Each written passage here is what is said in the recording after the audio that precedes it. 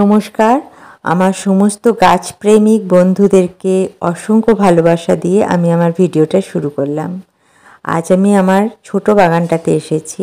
একটা রঙ্গন গাছকে আমি ভুলবশতই মাটিতে দিয়ে ফেলেছিলাম, কিন্তু এখন দেখছি রঙ্গন গাছটার প্রচুর ফুল আসছে আর কুঁড়ি আসছে, কিন্তু রঙ্গন গাছটা এতটাই ছোটোখাটো, সেটা একদম মাটির সঙ্গে নুয়ে থাকছে আর ফুল কুঁড়ি এগুলো পুরো কাদায় ডুবে থাকছে। তো এত বৃষ্টি হচ্ছে দেখে আমি আজকেই ঠিক করলাম যে এই ঝড় বৃষ্টি চলাকালীনই আমি গাছটাকে টবেতে শিফট করব। কারণ ওটা টবে দিলে খুব সুন্দর লাগবে আর কি। আর আমি সেই ভেবেই আমি ওটা টবেতে নিয়ে যাবার জন্য নেমে পড়লাম একদম শাবল টাবল নিয়ে। কিন্তু দেখলাম মাটি এতটাই ভিজে আছে, আমার শাবলের তেমন দরকার হলো না।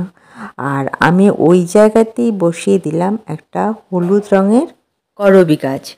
তো করবী গাছটারও বলেছে যে আমি যে নার্সারি থেকে কিনেছি প্রচুর ফুল ফুটবে, তাই আমি এখন আমার উদ্দেশ্য সামনের বাগানটাকে একটু ফুলে ভরিয়ে তোলা। কারণ সামনের বাগানে আমি শুধু ফুল গাছই করছি, আর যেহেতু আমার বাগানের বয়স মোটামুটি ওই 1 বছর হতে যাচ্ছে, আর এই সামনের বাগানটা আমি এই বর্ষাকালটাতেই হাত দিয়েছি, কারণ সামনের বাগানটাতে এতদিন আমার কাজ করা সম্ভব হয়ে ওঠেনি।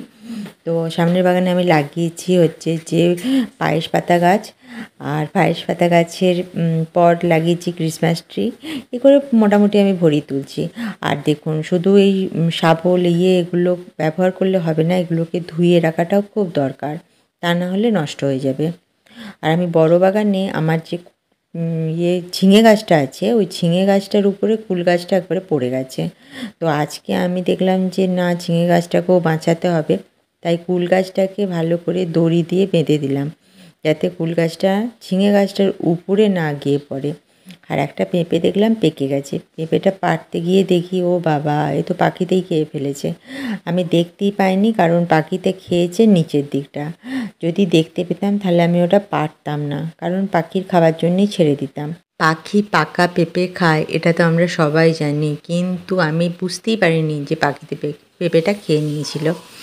তো সে যাই হোক, পেড়ে যখন ফেলেছি তখন রেখে দিলাম, পাখিকেই দেবো।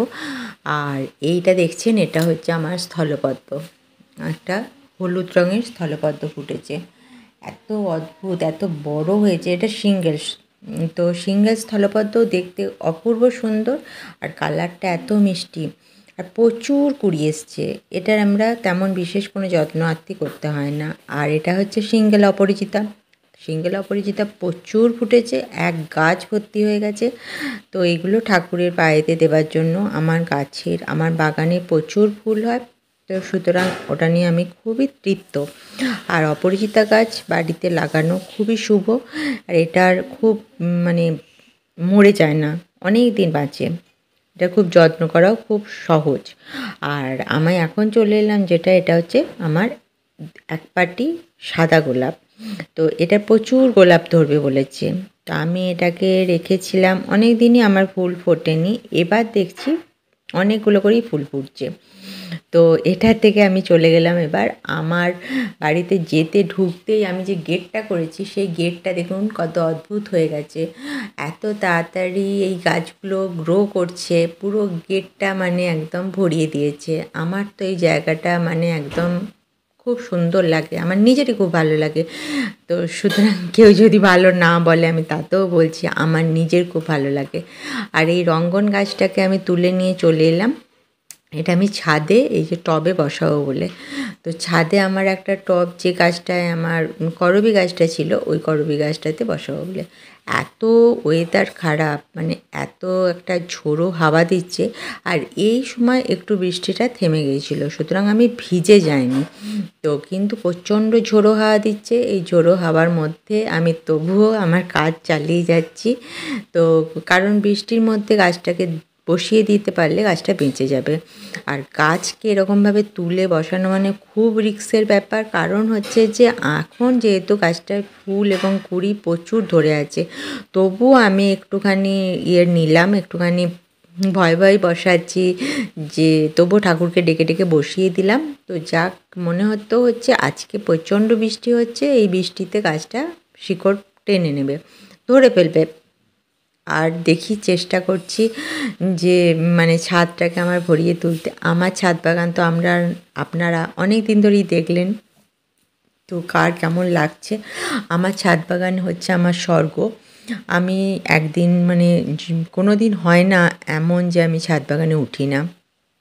আজকের বৃষ্টির মধ্যেও আমি উঠে ওদের গাছগুলোকে, আমার গাছগুলো যেগুলো উল্টোপাল্টা হয়ে পড়ে গিয়েছিলো, কারণ এমন ঝড় দিচ্ছে, কিছু কিছু টব দেখছি এদিক ওদিক পড়ে গেছে, মানে যেগুলো একটু হালকা, কিন্তু গাছটা বড় হয়ে গেছে। টবটা হচ্ছে যে ওই যেমন রঙের যে মগগুলো হয় ওই রকম জায়গাতেও আমি ওগুলো পেন্ট করে দিয়ে গাছ বসিয়ে দিয়েছি। এবার এতে কি হয়েছে, টবগুলো ছোট কিন্তু গাছটা অনেক বড়। তো এই করে আমার টবগুলো কিছু উল্টেও গিয়েছিলো, সেগুলোকে আবার ঠিক করে রেখে দিলাম। আর এই গাছটাকে আমি ভালো করে বেঁধে দিলাম, কারণ ঝড় বৃষ্টিতে যদি আবার ও পড়ে যায়, এই পাইপটাও কাট হয়ে যাবে। আর গাছটাও বেঁধে দিলাম। ভালো থাকবেন, সুস্থ থাকবেন, সবাইকে ভালো রাখবেন।